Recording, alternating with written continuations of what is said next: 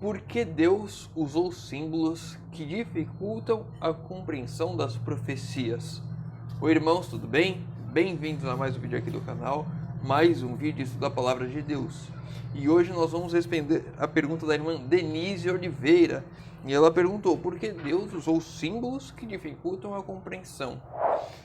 Antes de iniciarmos, não se esqueçam, se inscrevam no canal e deixem o seu like, porque isso fortalece a pregação do Evangelho aqui dentro do YouTube. Então mais pessoas têm acesso a essa mensagem.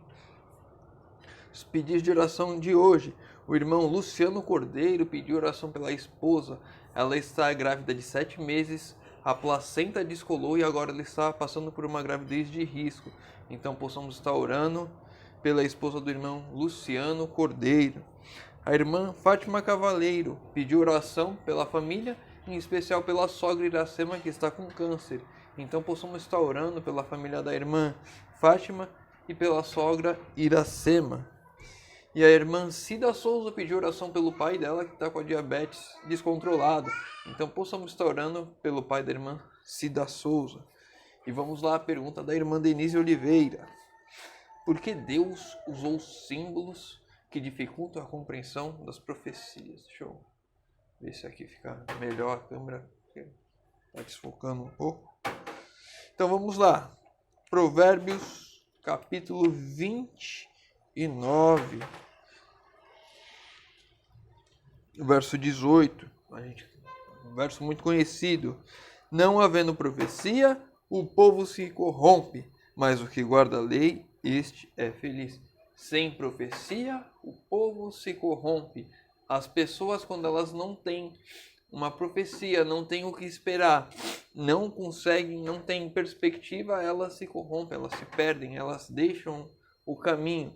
Então as profecias são uma parte essencial para o povo se manter em comunhão, se manter próximo a Deus, porque nós, pecadores, sem a profecia, nós temos a não olhar para Deus, nós temos a nos afastar de Deus. Então a profecia tem o objetivo de nos aproximar de Deus.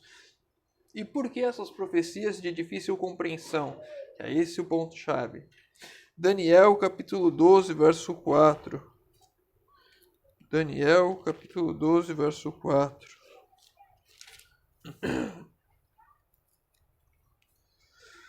Tu, porém, Daniel, encerra as palavras e sela o livro até o tempo do fim. Muitos os esquadrinharão e o saber se multiplicará. Então aqui já está inclusive mostrando o que aconteceu na história.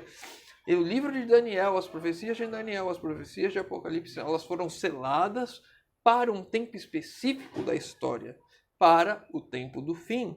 Então aqui, vamos repetir esse verso, Daniel 12, verso 4. Tu, porém, Daniel, encerra as palavras e sela o livro até ao tempo do fim. Muitos o esquadrinharão, ou seja, no tempo do fim, muitos iriam estudar o livro de Daniel. Apocalipse, que não estava escrito, também iriam esquadrinhar. E o saber se multiplicaria, ou seja, as profecias ficariam mais claras a partir desse tempo, que as pessoas começassem a estudar, que as pessoas começassem a buscar. Deus iria revelar o que estava escrito. Nós já vimos em muitos estudos aqui, no livro de Daniel, fica até bem claras as coisas, né? Porque ele fala da estátua, fala o que é cada material e fala que é um reino. Depois ele vem no capítulo, isso é no capítulo 2, no capítulo 4 ele vem falando sobre os animais que saíram das águas. Primeiro o leão, depois o urso, o leopardo e o animal terrível. E aí depois Daniel capítulo 7. Falei 4, Daniel capítulo 7. E aí depois, ainda no capítulo 7, ele já vem explicando já o que é cada animal, já que são os reinos, explica os chifres. Então, as profecias elas se explicam dentro da Bíblia. Mas o entendimento completo veio no tempo do fim, a partir de 1844, quando, vamos dizer assim, os selos de Daniel e Apocalipse foram retirados, para que pudéssemos entender e nos prepararmos para o tempo do fim, para o tempo em que estaríamos vivendo, o tempo que estamos vivendo hoje, o tempo do fim. Por que isso? Por que essa dificuldade? Por que não foi tudo tão claro desde o princípio? Vamos lá, 1 Tessalonicenses, capítulo 4. verso 17. Depois, nós, os vivos, os que ficarmos, seremos arrebatados juntamente com eles entre as nuvens para o encontro do Senhor nos ares, e assim estaremos para sempre com o Senhor. Então aqui fica bem claro o porquê disso. O apóstolo Paulo escreveu essa passagem em Tessalonicenses. Depois nós, os vivos.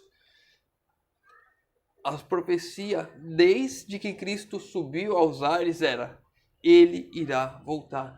E a pregação do Evangelho veio constantemente: Cristo vai voltar. Se esse saber que nós temos hoje, se a compreensão das 7 igrejas, se a compreensão dos reinos que está lá em Daniel, o chifre pequeno, se tudo isso tivesse muito claro para todos desde o princípio, muitos iriam falar: ainda vai demorar para Cristo voltar. A pregação do Evangelho, ela só seguiu tão firme desde a igreja primitiva, e ela vem seguindo firme até hoje porque as pessoas sempre acreditaram que Jesus ia voltar no tempo delas. O apóstolo Paulo tinha a certeza de que ele veria Jesus voltando vivo, em vida. Aqui está bem claro: depois nós, os vivos.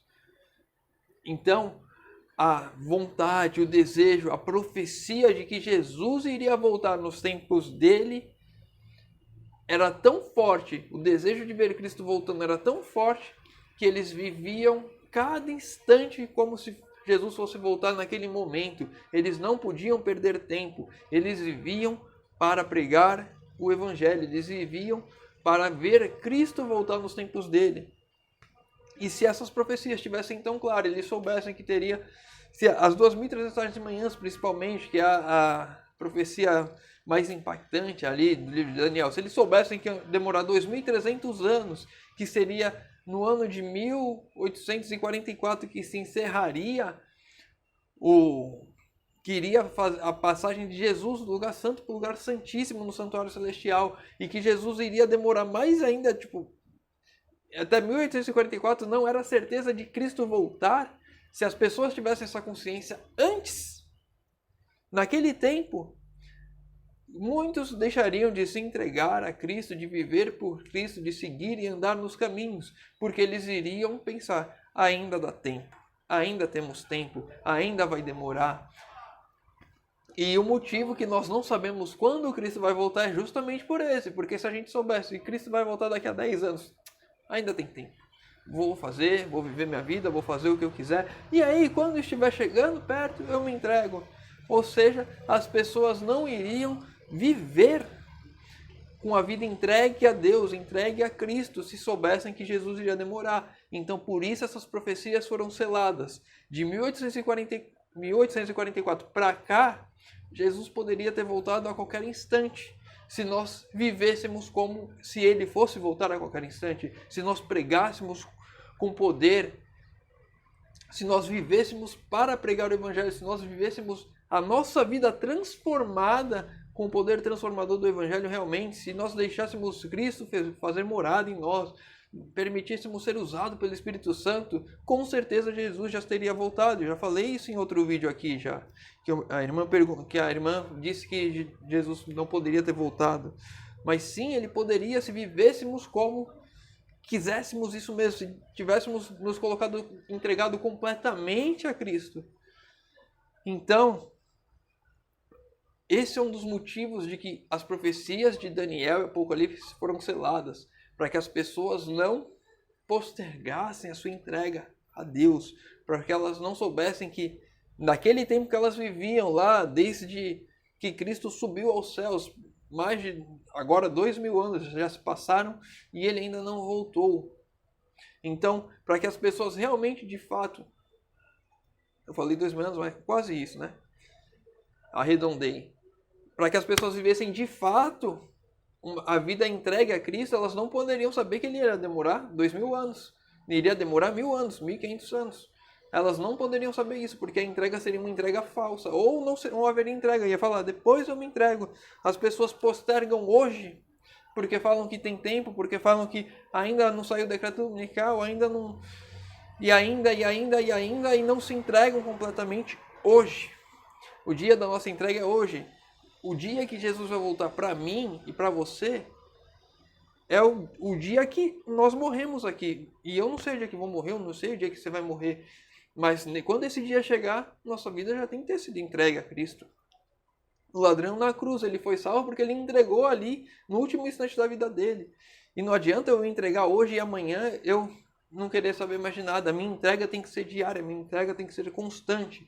E é esse o ponto das profecias terem sido seladas e ter essa difícil compreensão, porque hoje fica muito mais fácil, a Bíblia se explica dentro dela, a gente já tem toda a compreensão, a gente vai, sabe onde está os textos certinho para explicar o porquê que um dia em profecia é um ano, a gente já sabe o porquê que uma besta é um reino, porquê que um animal é um reino, o porquê que o chifre é o poder, a gente sabe o significado dos mares, dos ventos, a gente sabe tudo isso, porque já foi revelado pelo Espírito Santo, quando tinha que ser revelado, e nós devemos continuar estudando, porque tem muitos tesouros ainda que nós não descobrimos aqui, e devemos entregar a nossa vida completamente a Deus hoje, porque temos que viver como se Jesus fosse voltar hoje.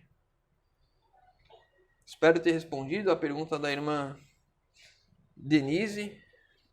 Espero que tenha ficado claro o porquê dos símbolos, o porquê que o livro de Daniel foi selado, o porquê que não ser tudo tão às claras assim como nós gostaríamos que fosse.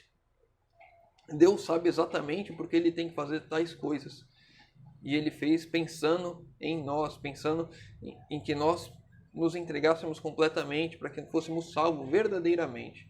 Então, se você ficou com alguma dúvida a respeito desse tema, deixa nos comentários. Se você tem alguma outra dúvida qualquer, deixa nos comentários também. Se tiver pedido de oração, deixa nos comentários. Eu estou sempre lendo, respondendo e orando por todos. Convido os irmãos agora que puderem fechar os olhos para falarmos com Deus. Senhor Deus, Pai amado, obrigado, Senhor, porque mais uma vez temos a oportunidade de abrir a Tua Palavra. E dessa vez, Pai, de entender o porquê, o quão zeloso que o Senhor é por nós, Senhor amado, porque até nesse ponto o Senhor não nos revelou exatamente todas as coisas desde os princípios, o Senhor veio revelando aos poucos, o Senhor tem nos mostrado o caminho, porque a nossa entrega tem que ser total, Senhor amado, e o Senhor conhece o nosso lado pecaminoso, o nosso lado que gosta de deixar tudo para a última hora, Senhor amado. Pai querido, que o Senhor entre em nosso coração, que o Senhor deixe o Espírito Santo habitar e trabalhar em nós, que nós possamos deixar o Espírito Santo habitar e trabalhar em nós, Senhor amado, para que possamos viver uma entrega total a Ti, possamos fazer a nossa parte, Senhor amado, usar os nossos dons, os nossos talentos, para pregar o Teu Evangelho, Senhor, para que Jesus volte logo, possamos salvar o máximo de pessoas possível e nos salvar também, Senhor amado. Pai querido, te pedimos isso em nome de Jesus. Amém. Meu irmão, fica com Deus e que Deus te abençoe.